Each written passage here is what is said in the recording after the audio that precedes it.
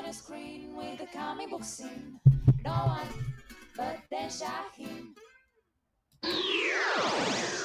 Who indeed? It's been a while. Hello, world. Haven't been back in the comic book news studio for, I don't even know how long it's been. Several weeks, maybe a month, since my dad passed away. I just, for a second, this is not comic book related. I just want to show my dad here for a second because I just been sort of like, not in the mood for this. I've been doing serious Star Trek with Captain Fun because that's low effort, low preparation, and I sort of was missing my dad and got overwhelmed with work and stuff. But I got a message on the last episode of Serious Star Trek that said, "This is great, but when's $1 Million Mailbox coming back?" And that's what it took to shake me out of my malaise. Because my dad, if he taught me nothing, is you got to work hard and have fun while you're doing it, right? That's the key to life. That's the key to happiness and success. That's been the key to this channel, and that's been the key to all the folks who sent in their awesome work here to the $1 Million Mailbox.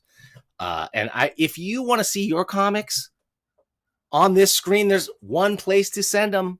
That's to the $1 Million Mailbox, P.O. Box 1163, Arcata, California 95518. Need a bouncing ball for that. You send them here, spread them out with good old Captain Fun. And we'll do that thing we do here where we think really hard about comics. So to do that today, we're going to look at comics that don't necessarily take a lot of thinking all the time. We're going to look at some stuff that is just in your face. It's more about like visceral reaction and gut punches than it is necessarily like a sophisticated artistic head trip. So we're going to look at Darkest Image, a fanthology dedicated to the love of the gonzo-ness that is Image Comics. And we will also look at something crazy called Death of Power, dedicated to the death of Superman, which everybody seems nostalgic for. I kind of remember it as a cash grab and a piece of crap, but we'll talk about all that and more. We'll try to fit it into this next hour. And let's do it right now. We'll bring in our guest, but first, wait a minute, my co-host. This show is nothing without this guy. I don't think I'd still be doing it without him. So let's bring in Larry Young, Captain Fun himself. Hey, Larry. Hey, Dan. How's it going? Man, you flatter me. I'm glad, though. I love talking to you about funny books. Welcome back. Yeah, and apparently Larry's made a right-wing turn, as you can tell, from his tie. The pain. No, part of my thing is, if you couldn't tell from my weird AI-generated thumbnail, we're going to talk a little bit about the Dilbert controversy. That's comics, right, Larry? Yeah. I was just, happy to wear my Dilbert tie from the old days when I was a cubicle dweller, and this was my big badge of rebellion so I can wear it unironically now and go, "Hey, that guy! Separate art from the artist, everybody." Okay, if we don't already look like a far right convention, let's bring in an even paler individual. Let's bring in Mark, Guano Guy, Darden himself. Hey, Mark. What have I been roped into?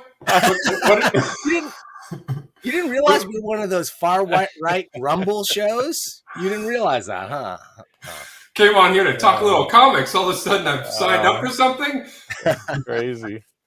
What a wild world we're in, where where even the comics that you like are a signifier of your politics in some way, right? I find it a little off-putting because, man, I like Frank Miller comics. I don't know that I agree with his politics. I mean, yeah, I've had discussions about those a lot. Yeah. There's a lot of creators that have done great stuff, and sometimes you got to be able to divorce it from either something they did that should bother everybody, or something that bothers you personally but isn't necessarily a concern to the whole world, and still be able to enjoy the art, especially if it moved you at some point. Well, that's where it makes it a little bit easier with Dilbert. It's really easy to hate this guy because that strip is a piece of shit. I mean, if we look at the rich history of like comic strip art, and were to chart it from like Milton Caniff and like whatever Prince Valiant to Dilbert, that's not a flattering arc. I'm sorry. A show I like watching, the Bonfire, and there's a voice guy on there, Dan Soder, and he does all these voices. But there's a great 30-minute rant from a couple years ago where the guy who had voiced Darkwing Duck and a whole bunch of Disney voices got in a lot of domestic trouble. And so Dan Soder goes through doing the guy, but in the character voices. And it's hilarious. As long as you can detach yourself from any reality, it's hilarious. I'm going to have to check that out. Well worth it. Anyway, I'm distracting enough here. No, that's great. Hey, Larry, what were you going to say? I'm sorry. I cut you off there for a second. Oh, who knows what I'm going to say at any point. I'm riding the wave, man. So that wave went by. We're good.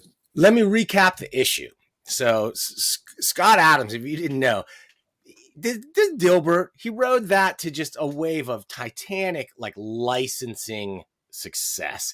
He is almost like the anti Bill Watterson in that sense, right? He's like, what? Marketing opportunity? Just bring them on. I'll do them. Cartoons, calendars, T-shirts, ugly neckties, Larry. Exactly. Burritos. There were dill burritos that this guy produced and many other things. But I think that he's trying to make this move as a social media influencer. And his whole thing is he's a persuasive genius. He's a hypnotic persuasive genius. And that's his whole thing. And so he does these hour-long rants that are so intensely boring and tough to listen to.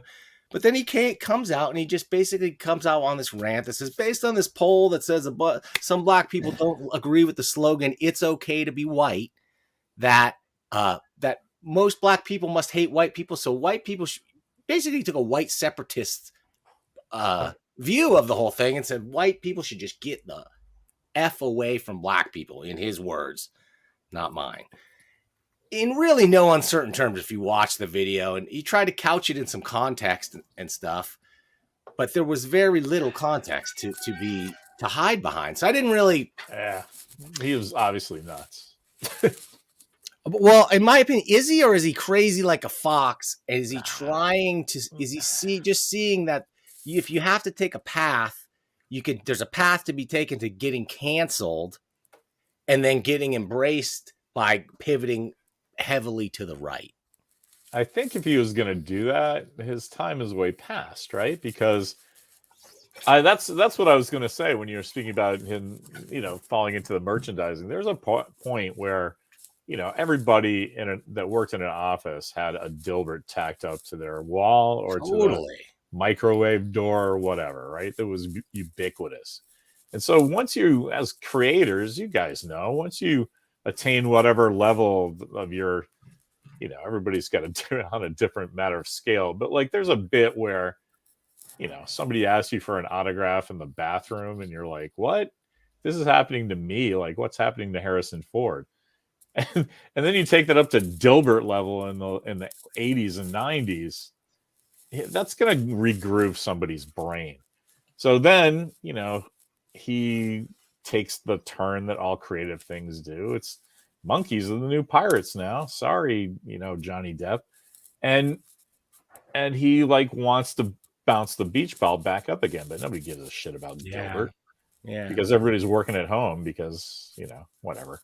And he's like, oh, hey, Nazis are cool. Hey, I like, whatever. Hitler had a good idea. Wee, tiki torches.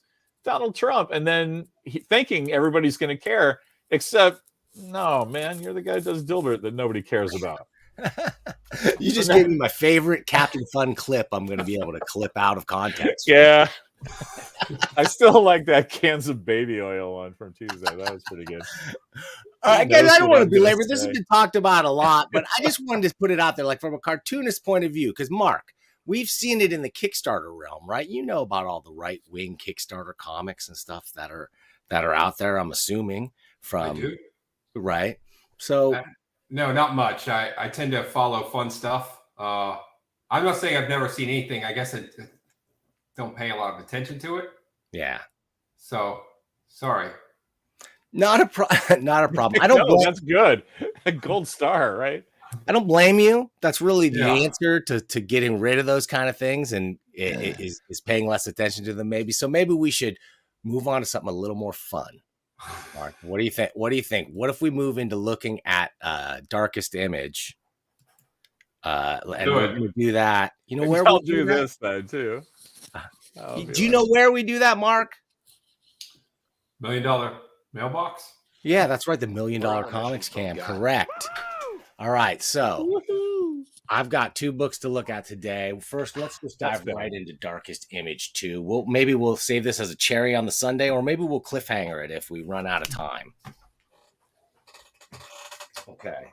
So tell us about the Darkest Image project and where it came from and its predecessors. Mark, give us there was Image Grand Design Disaster. That was the big Image fan project that got a lot of us involved, and only so many people could be in on that.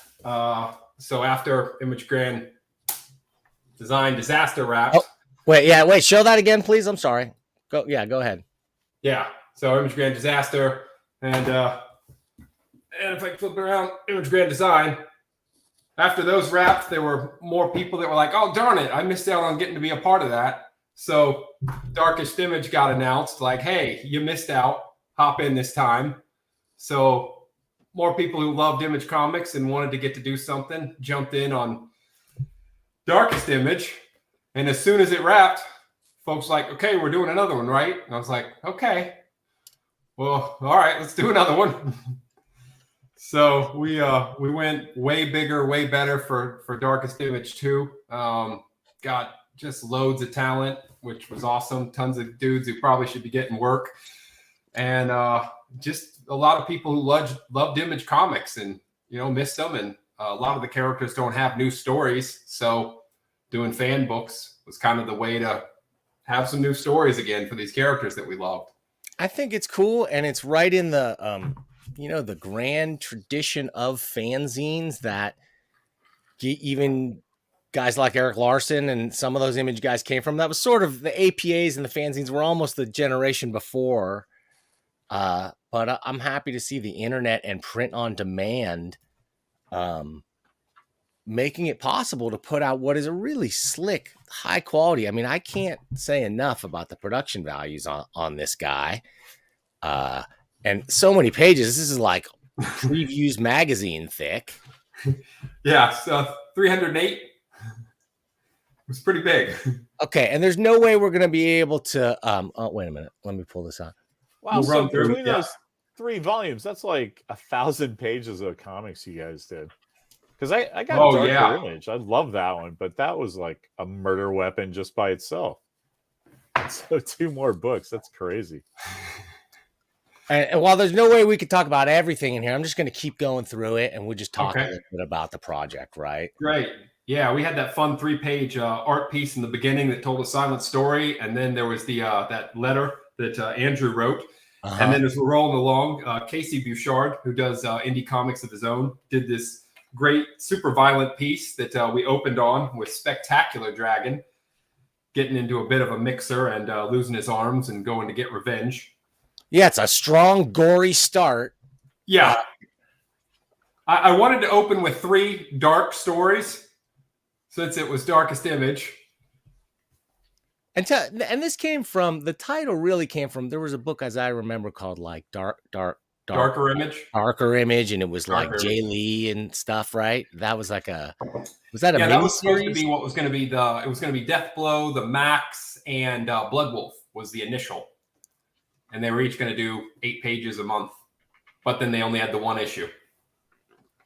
One of my favorite things about this book that made it really fun is there's a lot of pinups in it too. So it's a lot of good pinups. Yeah.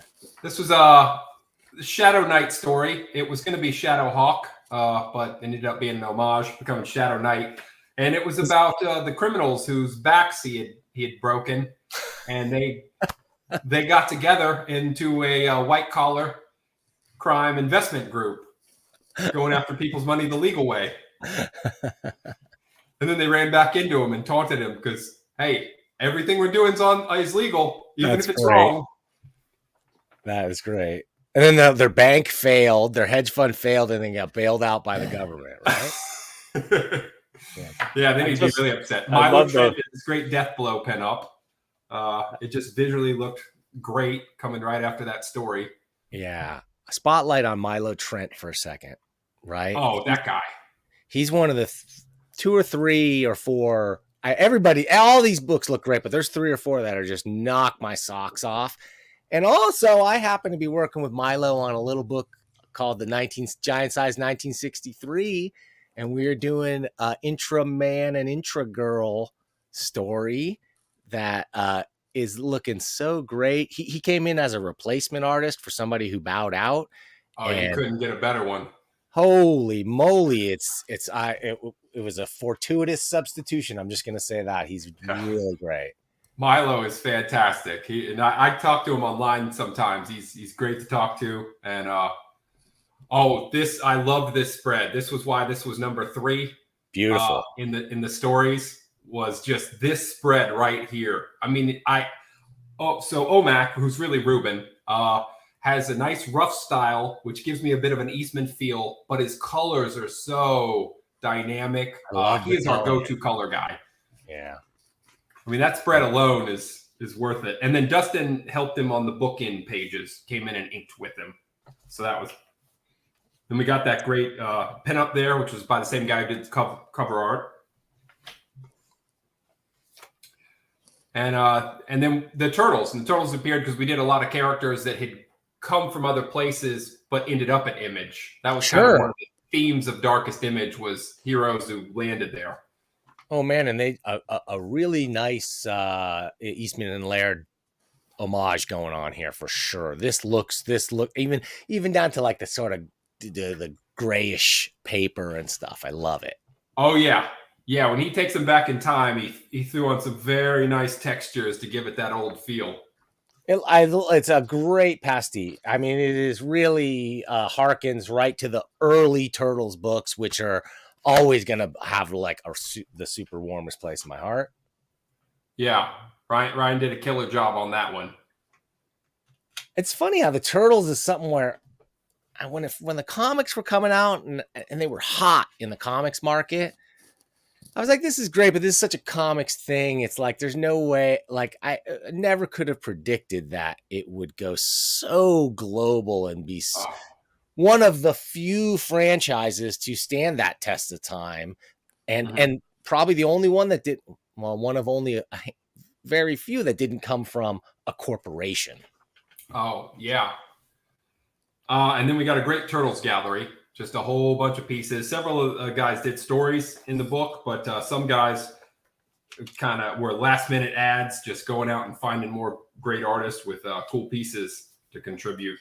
Missimo, another standout name for me. Whenever I see his work, I go, this guy is a pro now, right? Like if he's not being published, it's a crime. Yeah, he does a ton of fan books, and then he's a caricature artist for a living. Yeah, he does great. The dude works fast. Yeah, that's the way. That is the way to hone your chops, right? Keep it going. Yeah, he's got to draw fast. People sit down for 15 minutes. He's got to come out with something. Okay. So much great. So impressive about the Turtles is that the iteration can change and it just keeps going. Like it kind of doesn't impress me that they hit lightning that first time because that happens.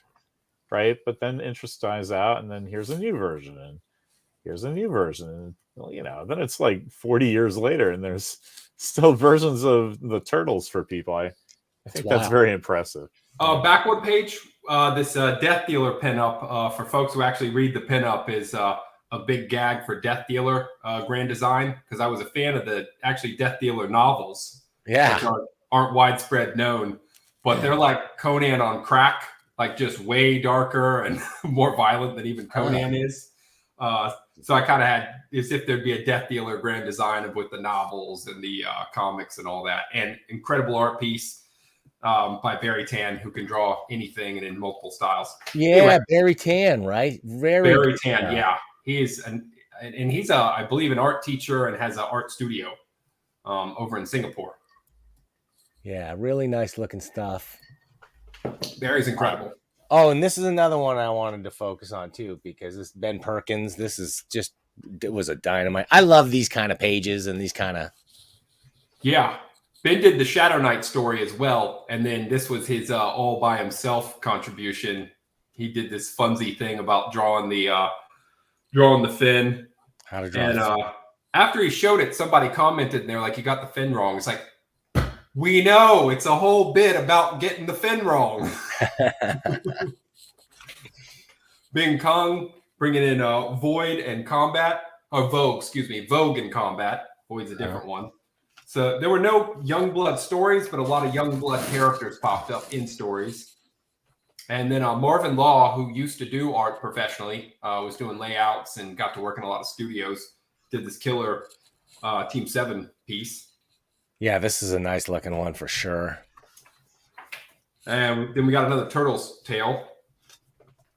Oh, yeah, this was a standout to me too. All kind of Darwin Cook-ish almost. Yeah, another Barry Tan.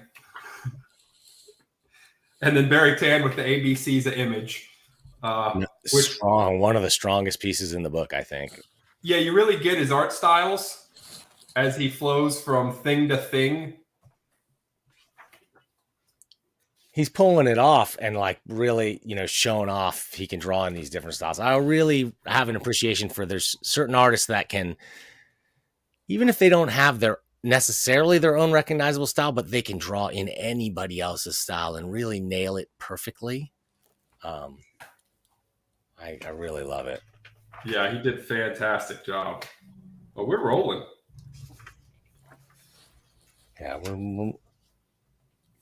this was one of the stronger pieces. I just liked it as a piece. I really liked the concept of it, of the XYZs of Image. Yeah, it was a fun one. And then we got a fun pinup, a few of those. Another Barry Tan, Hypernaut. Mm-hmm. It just seems to be everybody likes Hypernaut for whatever reason. So yeah, it's a neat looking character. But it's the one with the least analogy to any other Marvel character, right? From that time period. Yeah, the other ones you can map them. Like you can map them almost directly. End-Man is the Hulk, and the Fantastic Four is Danger Unlimited. But who is Hypernaut supposed to be? It's not Iron Man. I was thinking more MODOK. Yeah, it's not MODOK. It's not. You know who it is? It's No Man from the Thunder Agents. Huh. Who could put his mind into different robot bodies. That's my pet theory. And then Bruno did that nice pin up there. And then we returned to Supreme Summer Madness, which was a funny, timely bit, especially since there was a Summer Madness song out at the time, back when Smith was the likable darling. One of the things that's most impressive to me that was just absent back in mine and Larry's comics heyday maybe is the color, the ability to just you take it for granted that there's going to be beautiful color in this stuff in a way that you couldn't have done in the 80s. Yeah, no, colors were definitely much simpler. It used to be line work was still so fantastic, but color was a lot flatter. It's made huge strides. It's a great Tribe pinup, and then the long title, The Adventures of Barry Ween. Yeah, Barry Ween. Little 4-pager. Wait, did Judd do that, or is that you guys parodying him? That looks great. Yeah. No, that's Chris Rogers did it. Yeah, nice. So it was parodying. Huh. Oh gosh, yeah. And then this guy, for the Max, Jonathan Troutman, Christopher Jonathan Troutman. I kind of ran into him online. I was just looking for art and ran across one of his Max pieces and contacted him. And he was like, "Yeah, you can have that for the book. I've got stories too. Do you want them?" Sure, send them over. And he sent me this giant file with multiple stories and tons of art that he had done. And wild. He actually had his art on the back cover of one of the Max issues and was in the inside as well. He made 2 of the issues of the Max series. So I was around when Image was launching. Like I was working in the comic book store and heavily into comics. And but of all the characters, mind you, besides let's say Spawn, because they've got feature films of Spawn and Cartoon, yeah. I feel like Max is the one that has the widest profile because it was on MTV, and like maybe the most people remember it that don't even know it from the comic. You know? What I mean? Yeah. I mean, the cartoon series was really good. It was a great representation of about half the first storyline. So yeah, it was a whole nother audience that got it. Fortunately, the other cartoons didn't hit. Did they do sequels? Did they do sequels to it? No, it got the one series, just one season, and then they managed to wrap it up quickly in the final episode as they weren't getting a second. That's one of those ones that I could see coming back. Oh, we got Dr. Ben's very funky art style, very indie. It's very outsider artist. And the Max influence still pops up as the mask hits this other stuff. We've got such a wide variety. Now tell me about this next one. This is so an homage to the original X-Men via the Newman from Rob Liefeld. Yeah, really cool. This is really nice looking stuff. Yeah, I met the writer Josh. I got to hang out with him when he was visiting the US. Real nice guy. There's so much. We're at a page 127. And we're just getting started here, guys. We're gonna power through. We're gonna make it through for sure because this Wildcats here. Literally the cover piece was a pinup that was done, and everybody liked it so much. We were like, "Oh, this is incredible! The Wildcats in a manga style." And the guy was like, "Well, should I do a story?" Yeah, get on it. What do you got? And so that was this. This was the piece. Yeah, we saw that, and everybody was like, "Oh, this would be a great story." So the artist got back to work and went and made a full story of the Wildcats in this much more manga kind of style. Kind of a fun spy story. Now, I will say, if I was to talk about the Image Comics that made the broadest impact, like into current stories and into comics that I really loved, it would have been the Wildstorm stuff that I came to pretty late. The Warren Ellis stuff. Oh, later in the run, getting Alan Moore. The Millar and Hitch Authority and stuff like that was what brought me back to Image. And then those guys rapidly became just, phenomenons. Mark Millar transcended Marvel or any of them. So we had a couple of John Ashton Golden pieces there. He got into the Super Freaks fan book that actually got officially published. Can you guys hear me still? You hear me okay? We can still hear you. Yeah. Dropped out visually. But dude, the $1 Million Comics Camp was just too much, too powerful for just crashing my computer. Okay, we made it back this time. Great. Oops, wait a minute. I got to pull us into the $1 Million. We're on a mission from God. Yeah, right. Here we go. Sorry, guys. Sorry about that, fellas. Yeah. $1 million doesn't buy what it used to, folks. That's the moral of the story. Yeah, a couple of fun ones. John Ashton Golden, and then James Winslow Smith did this fun The Darkest Image Eye, like it's the megalith from 2000. We looked at Papa Balloon and Cactus on this very camera. I love that he got Dave Sim to draw an alternate cover for that book. How amazing.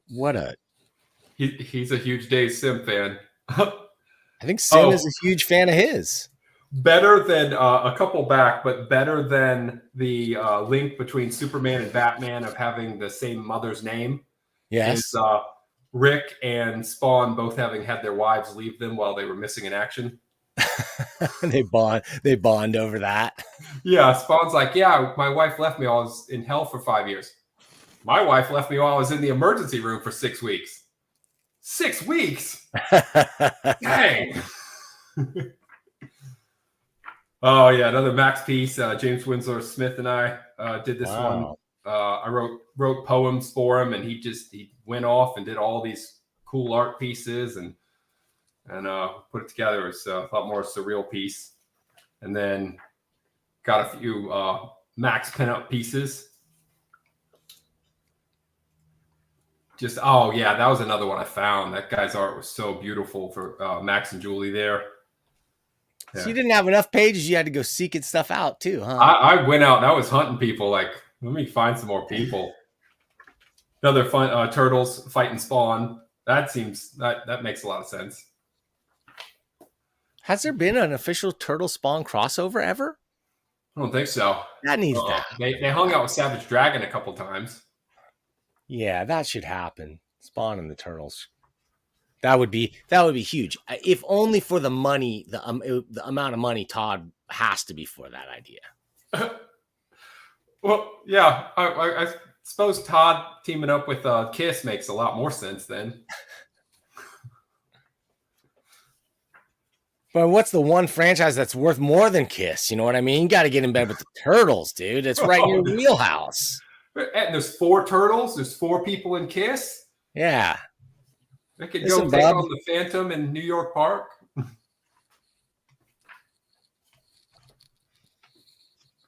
Oh, yeah. Yeah, nice. Michael Fitzgerald Troy did a couple pieces and did a grand design, homaging a bunch of different styles.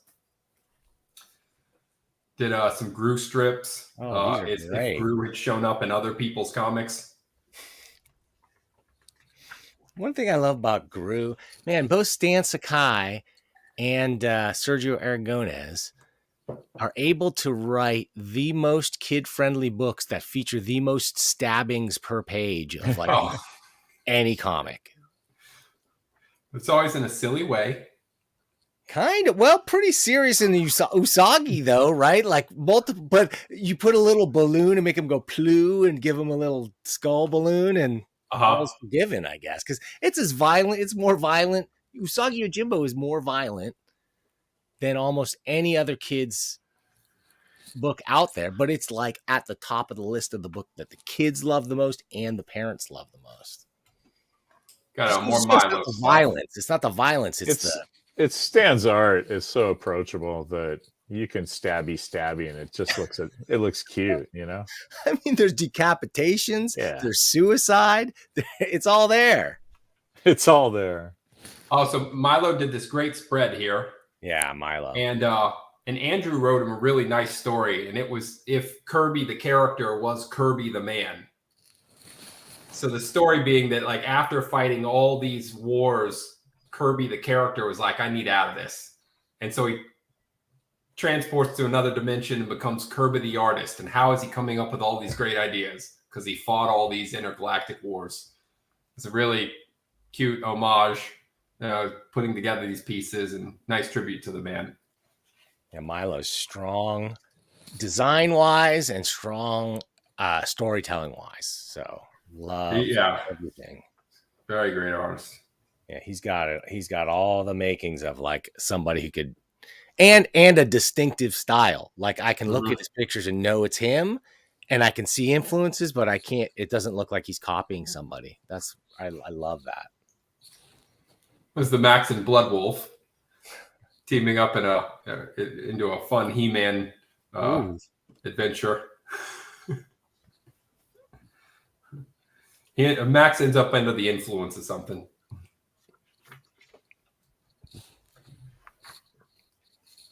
Wait, why does this count? Did Image put out Street Angel? Yeah. I didn't even know. I didn't realize that, I guess. Yep. They published some Street Angel. I've got it too, and I just didn't even realize. It's not one of those ones that you think of as an Image book necessarily, for sure. It's a fun Prophet. It's so funny because these books, the Liefeld in particular, is like those books were what drove me away from superhero comics and it started the whole boom that just drove me away from collecting and towards reading and towards other stuff. But there's no denying that like for a group of kids that was maybe a little bit younger than me, it really hooked them into the medium and to the to the wider world, and they were able to outgrow this stuff, but still appreciate it and enjoy it and pay homage to it. Yeah, it was a lot of fun for us that were, young guys at the time when it came up, and it was kind of our thing, and we were there as it was starting. So we got a lot of love for it. And who knows? Yeah.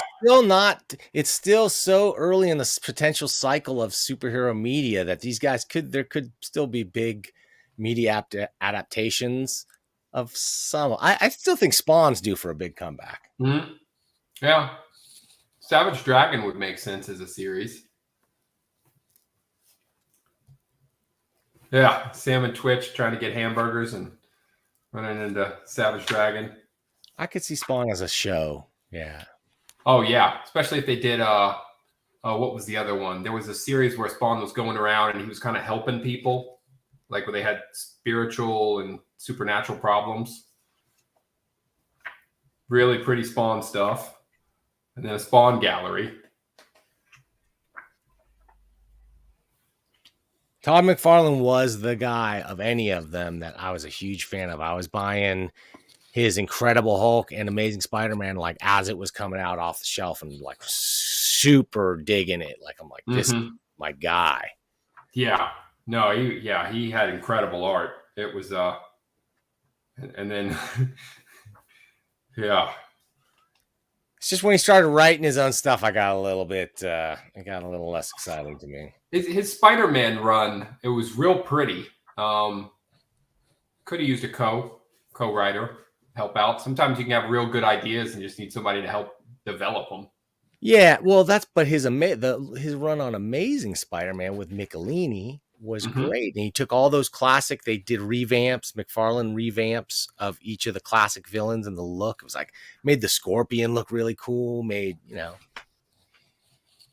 Hydro Man was pretty badass looking. The dude made a water and a t-shirt. Yeah, totally, and he made it work. It was great. He did. I give it up. I give it up to Todd. He was always but besides being a shrewd guy, just like you could tell he's just a fan at heart. He's a true fan. And he was a go-getter. There's a lot to pay attention to that too. Oh, now you got to flip sideways. Nice. Yep. Since Bad Rock 3000 never happened, somebody wanted to make it happen. I'm going to say this is the best that character's ever looked.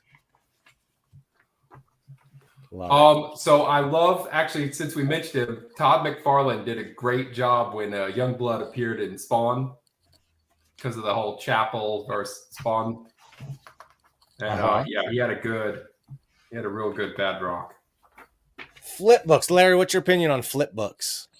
Oh, they're good if you can, if they're done for a reason. I mean, it's not like we didn't do Last of the Independence landscape like that. But that's when you do them for a particular reason. Like Byrne did his for the FF. You're like want that Cinerama scope. That's cool. I dig it. My favorite one was I think it was in Cerebus High Society, where you actually you have to rotate. It changes mid-page. As you go, yeah. You have to rotate one page and read it as you rotate it to get back into normal orientation. They did that with a Batman book when Snyder and Capullo were working on it, and Batman's getting drugged out by something in the water. And the book actually, you got to turn it and you read, and then you got to turn again and you read, and you got to turn again. It wasn't happening as you read across the page, though. It was like a spread, and then you'd get to the next one. Oh, great. Yeah, we had a couple of pit pinups, and then this great black and white Max piece as we're coming to the end. Also wanted to finish with some real strong stuff. But yeah, this one was kind of fun. He took the Max, the Darkest Image one shot, and the Max 1/2, and I think something from another Max special. And he kind of roped them all together into one story with the bad guy watching via camera. So Mr. Gone. You know, looking at this stuff, it makes me go like, what is the stuff that's coming out today that, you know, maybe we can't appreciate that's like going to really be the stuff? Oh, sure. Yeah. What are we going to miss now that everybody cues into that's younger and really into it right at the moment? I feel like it's manga and anime is going to be a big part of the future, the not too distant future.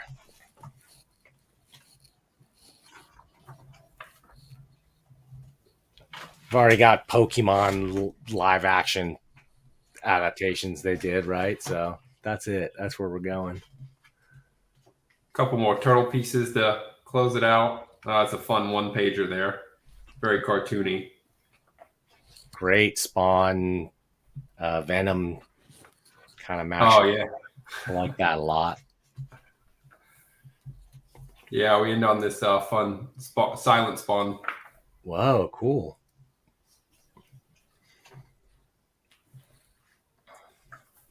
As he ends up in the outback. He went into the wrong box in the alley.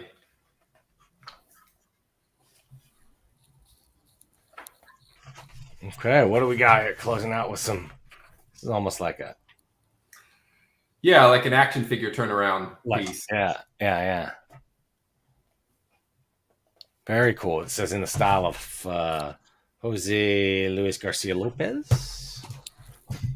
Cool. And in the back, we got all the creator links. Too many to list now. We named a bunch of the names here in the book. And then we've got this is Rob, I'm assuming. Yeah, it's Rob in a kind of Kirby-ish pose. Yeah, the artboard making his stuff.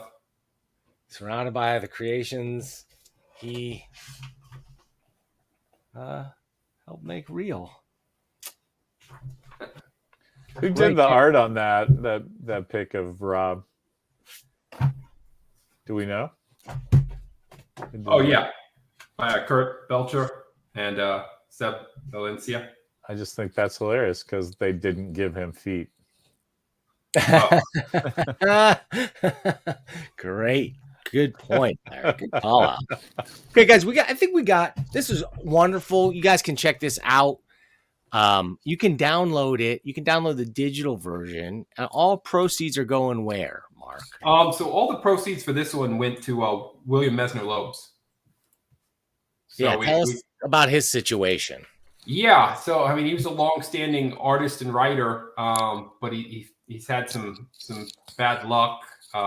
Had his home burned down, and is doing what he can to get by. And Roman, also, if you know him, is been doing ongoing fundraising to help William Mesner. So we hopped in on that, and we raised funds to help William Mesner Loebs. Seemed before we'd given to bigger charities, but why not help one guy directly this time? Yeah, that's really great. Is it all new work or reprints? All new. Yeah. Yeah, that and I believe McFarlane did announce a new Spawn film coming. It doesn't surprise me at all. That's a great pick too for Jamie Foxx. That could actually make it happen and make it really cool. Fox is really great. Okay, speaking of really great, I don't know. Are you guys ready? Because I don't know if you're ready for the most outlaw comic I've seen in a long time, and it's also one that I bought right off the shelf at the fantastic Mission Comics and Art in San Francisco, right in the heart of the Mission Street, right next to my all-time favorite burrito joint, like literally 3 doors down. So every time I'm in San Francisco, I'm there to see Leaf, who's a sponsor of the show as well too, but I'd call him out no matter what, because this book, I saw it on the shelf and it instantly caught my eye. I mean, look at that, the beauty of it right away. And then I realized this was by somebody we knew, somebody who we've not only looked at their work, but that I've had him in here, and I interviewed Kurt Burdick, who did Fey Archaic and Galacto Pit Fighter. We hyped up his Kickstarter, Galacto Pit Fighter, full of surreal ultra violence, but with painstakingly lovely craftsmanship. Okay, that's my Kurt Burdick in a nutshell review. But man, I wasn't prepared for this, because he told me, he's like, man, Dan, I got this idea. In the interview, he's talking about, he's like, I'm doing Galacto Pit Fighter, successful Kickstarter, but I want to take a break and do this Death of Superman thing that's rattling around in my head. Somebody gave me an idea for. And man, I'm glad he did.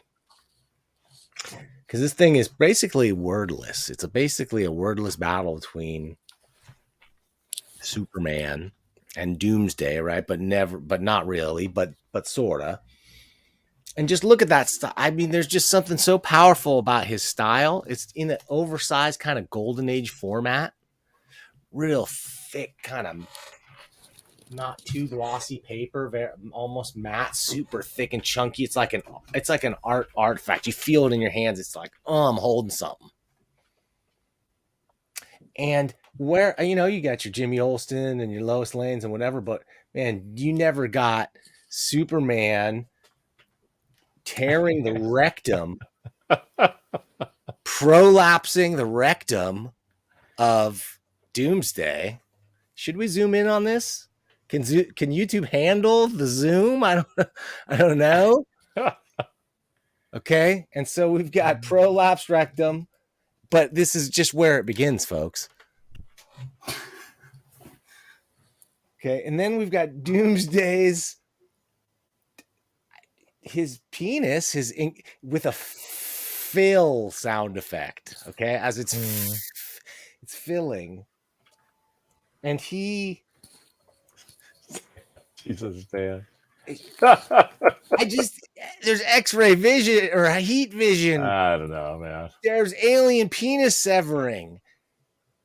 It is as hardcore as you could get. The head destroyed, just as violent. But look at these beautiful colors, the soft colors. So that's immediately my first and usually only thought when I see something like this. It's like this 2-page spread right here. This guy stared at this for 4 days. This is what I'm saying. Right? And I'm like, really, man? And that reminds me, I was trying to figure out what drug you do. Right, exactly. And I figured out what it was. What? It's red kryptonite, but not regular red kryptonite. It's the kind they made in that Richard Pryor made in Superman 3, the synthetic red kryptonite made with nicotine. That's like the bath salts of red kryptonite. Oh, man. You either have to do that or you have to be a genius like Kurt Burdick is. This is what I'm saying. This book is not for everybody. Look, it says right here, not for kids. It says it on the cover. Oh. I was thinking it was going to say not for everybody on the cover. Not for human consumption.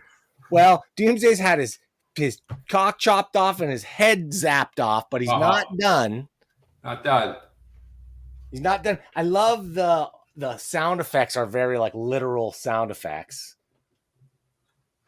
Wonderful stuff. This is just lovingly rendered in gory, disgusting detail. And what is not to love about this? Larry, you're disturbed. Captain Fun is shifting uncomfortably. Man, it's like, I don't know. I love indie stuff. I was just in Cincinnati and did a little tour of the shops I could get to. I got this. I went into this one place called Arcadian Comics, which was awesome. The owner's name is Steve. He was super cool. And I jump in and say, hey, my kid is looking for long box stuff. And he's like, oh, we have an upstairs. So, okay, that's cool. My kid's happy. And I go, I love indie stuff. Like the weirder, the better. I worked for Hibbs, his store with his marketing and promotions, and just any local mini comic, just anything everyone hates. That's my kind of thing. And he put this like hardcover book into my hand about this guy's masturbation sock that attains sentience and like their adventures. And I'm like, absolutely. You're like a great shop owner. I gave you a little context. You gave me this weird thing. I'm probably going to love this. Absolutely. Totally. So I bought that. But like, I flipped through it and art's great, passes the flip test, right? this stuff, I would look at it and I go, yeah, there's something wrong with that guy. It's almost Mike Diana style, but like with It a almost high is. level of Yeah. quality, though. Like the quality, That it's makes a it lot worse, man. like that Hans Rickheit guy, the gloaming guy, who writes these things that are like perverted pornography, but beautifully rendered and drawn and I mean, and labored over. I'm great with pornography. I'm great with crazy crap you can't see any elsewhere, but it's just like at the like point where you can say somebody has used his craft of high quality illustration to spend like 15 hours on the fact that this spleen is being ripped apart. Yes. Like in the way that spleens would be ripped apart if you hit it with a stapler. That's just not for me, man. That's all I'm saying. Well, I wrote him to tell him like people are really responding to this because I showed some pictures in. I mean, if anybody's going to like this, it's going to be in the cartoonist kayfabe group, right? They're going to love this, and they did. And I told him, he's like, "Wow, yeah, I'm thinking about turning this into like an ongoing series." That's awesome. And all I said was, if it means that we get to see his version of the black suited mullet Superman, then I'm in. I'm in. This is the rarest of beasts, Larry, a comic on $1 Million Mailbox that I paid my own money for. Oh my God. That's rarefied air. That's about the greatest compliment that I can give a book. But however, I don't really Leaf's got a great selection for that stuff.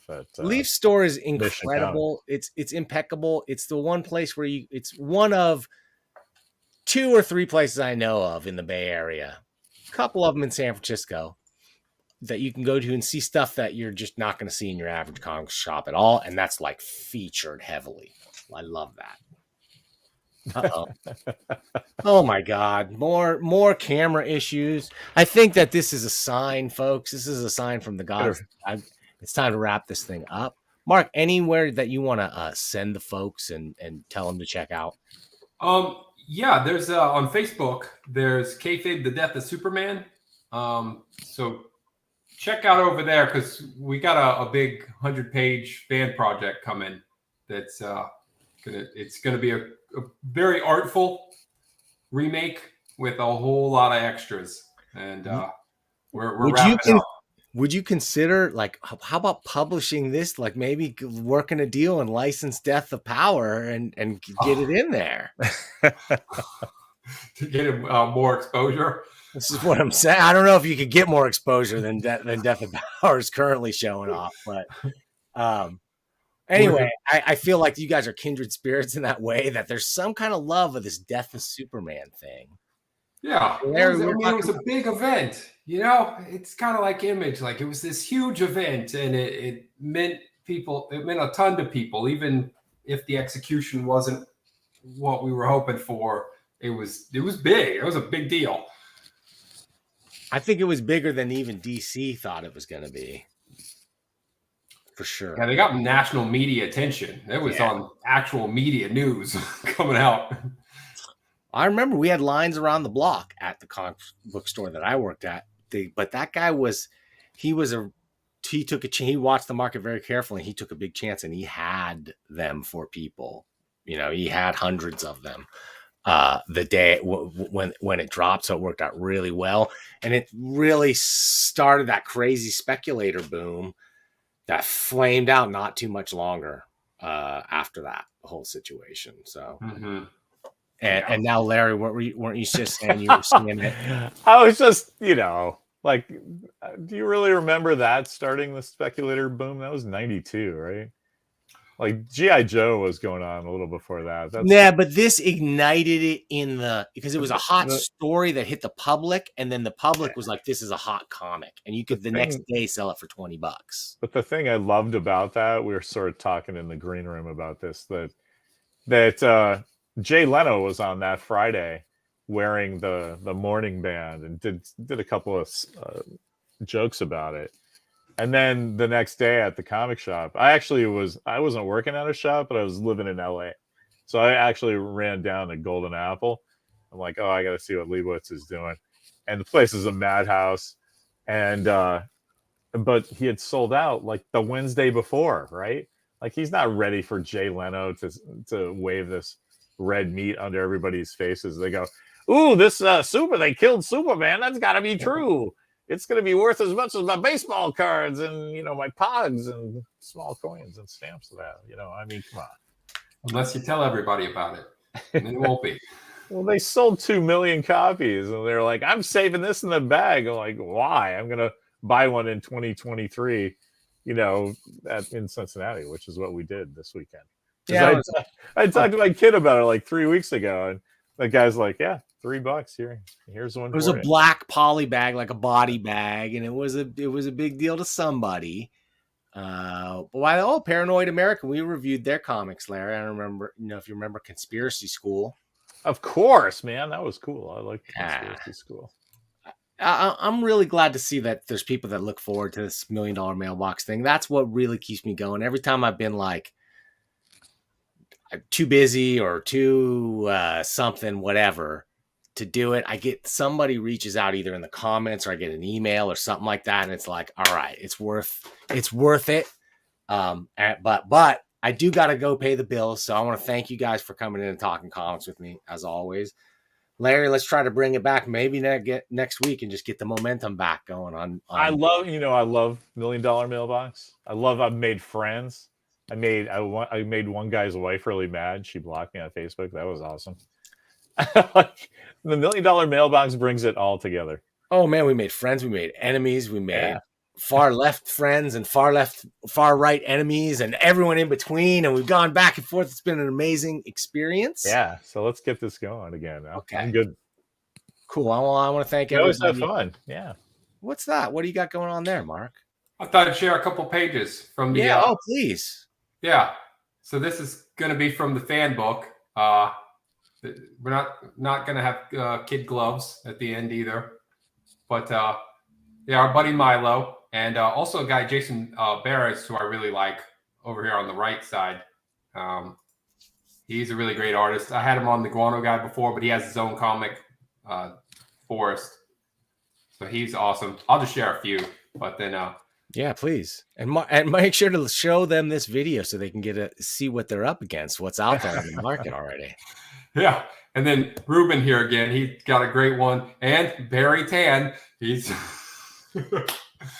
But we've got some killer art, so it's going to be fantastic looking, and a lot of fun extras too. We've got a Mad Magazine style version of the story as well, where Doomsday, who never says a word, just starts laying out all his problems and why he's doing what he's doing. So we have a lot of fun with it as well. But it's going to be a killer book. It's going to be 100 pages. It's got some great expanded work, and it's very over the top. What's the ship date? What's the hopeful ship date for that? All we're waiting on is 2 pages, and then we'll announce that folks can pre-order. Awesome.